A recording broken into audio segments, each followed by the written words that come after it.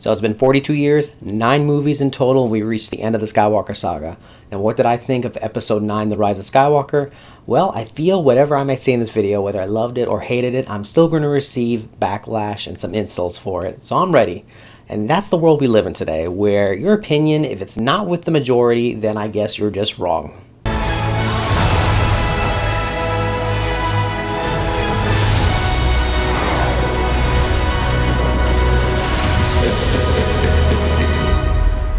The Force will be with you. Always.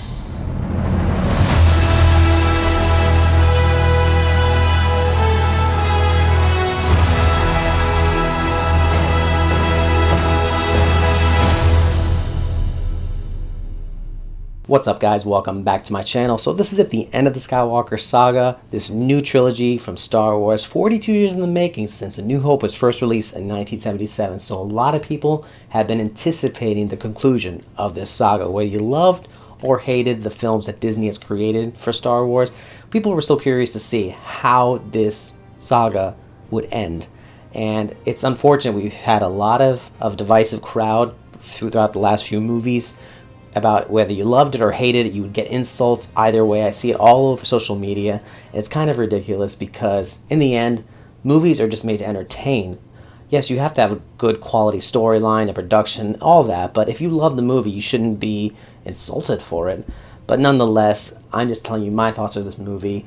Tell me in the comments below, what did you think about it, respectively, of course. Just have a good conversation on what we thought of this film. And guys, don't forget to subscribe to my channel, talking movies and TV shows and anything that I love talking about. But in the meantime, let's talk Star Wars, The Rise of Skywalker. When it's discovered that the evil Emperor Palpatine did not die at the hands of Darth Vader, the rebels must race against the clock to find out his whereabouts. Finn and Poe lead the resistance to put a stop to the First Order's plans to form a new empire, while Rey anticipates her inevitable confrontation with Kylo Ren. First, I'll say, spoiler-free review, yes, there's a way to talk about this movie without ruining for you guys, because there are little surprises throughout this film that I wasn't actually expecting, and that's because I didn't read any spoilers online. There are some things I liked about this movie for the most part, some things I wish they would have tweaked just a little bit, but for the most part, I was really satisfied with the conclusion of the Skywalker Saga with The Rise of Skywalker. Now, I'm just going to say it here and now, I am not the biggest fan of The Last Jedi. I just didn't like what Rian Johnson did to that movie, and I'm not saying that it's a bad movie. All the Star Wars films are well made for the most part. There's just certain things, even with some of the old ones, that I feel like maybe they could have worked on a bit. The Last Jedi is definitely not my favorite film. And it's just a very interesting trilogy we have here for the sequel trilogy, because you had J.J. Abrams directing The Force Awakens, Rian Johnson took over for Last Jedi, and then you have J.J. Abrams once again. J.J. had this concept in mind for this trilogy, but he didn't solidify the next two films, and the way that this film ended up going with Last Jedi, Rian Johnson took it in a completely different direction and kind of, in my opinion, ignored what J.J. Abrams had in mind after the end of the first movie. After the backlash of Last Jedi, majority of the fans weren't happy with what had happened in that film. J.J. Abrams comes back aboard once again to direct The Rise of Skywalker, and he brought a bit of fan service to this movie. Once again, we're getting backlash for the opposite reason. It seems in the end that there's no way of pleasing everyone, because the critics love Last Jedi. It looks like, as now you can see on Rotten Tomatoes, I think the last I looked, it's at a 53-54%. The critics aren't liking this movie, but the audiences are loving it. I mean, how can you really please everyone? Now, is this movie perfect? No, not at all.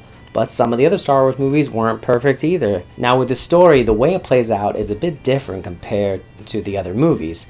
And for the first time, you have Poe, Rey, and Finn all together, which makes it a bit more fun. And this is one of the things that I loved about this movie. It has the adventure and the fun and the heart that you had seen in the original trilogy. And this movie, in many ways, does remind me of Return of the Jedi. Some people may think that they're kind of copying it for certain reasons. Other people might just say it's a fan service because they do bring back a lot of memories from the original trilogy just to appease some of the fans.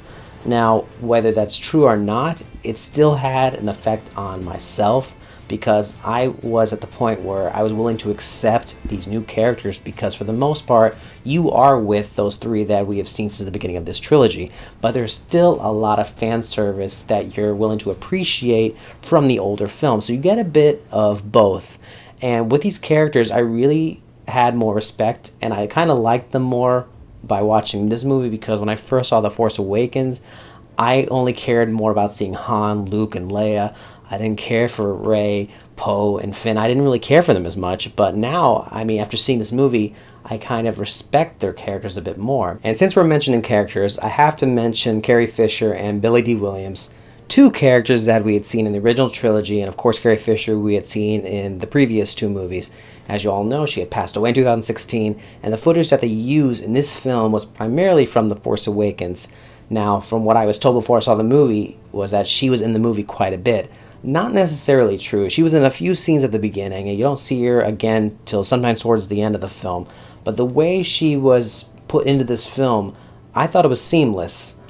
Once again, I'm hearing from people that it seemed kind of obvious that this was out of place. Now, of course it is, because she had passed away. This is footage from before this film was being made. But I thought it was done perfectly, and it was believable to me that she was actually having conversations to these other characters that were actually acting out the scenes during this time that it was being filmed. So I thought it was well made in that regards. And with Billy Dee Williams, Grano Calrissian, he was a character that it was great to see him in this movie, but it was kind of obvious why he was being put in this movie. I feel it was a fan service reason to bring back fans to actually watch the movie, because he shows up at the beginning of the film, but once again you don't see him towards the end.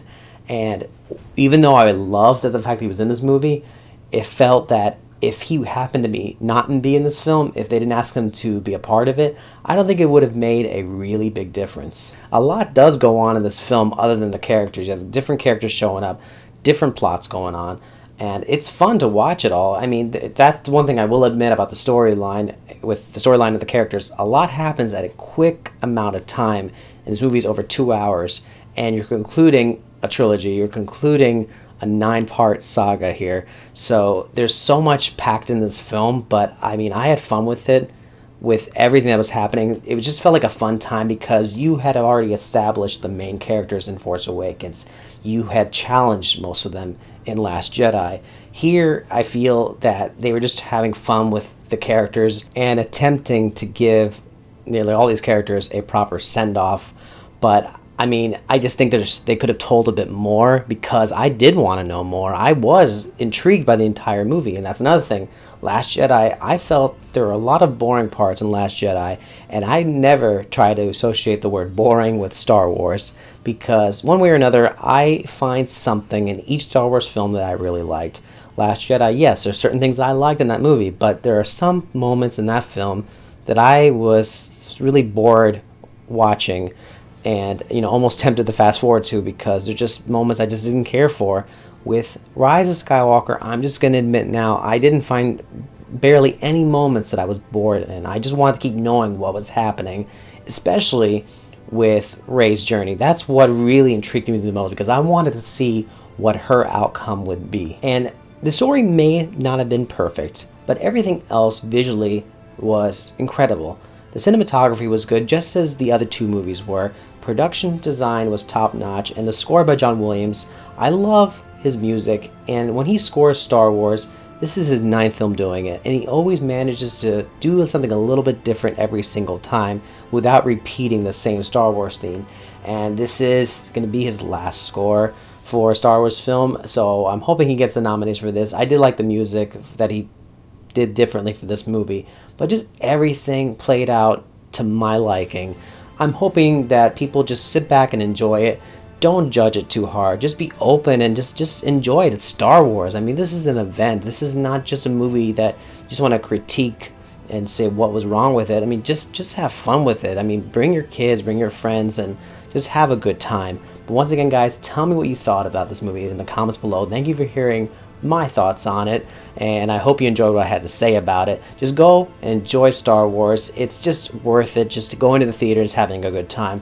Thank you guys so much. Don't forget to subscribe so we can talk movies, TV shows, and more. I'll see you later.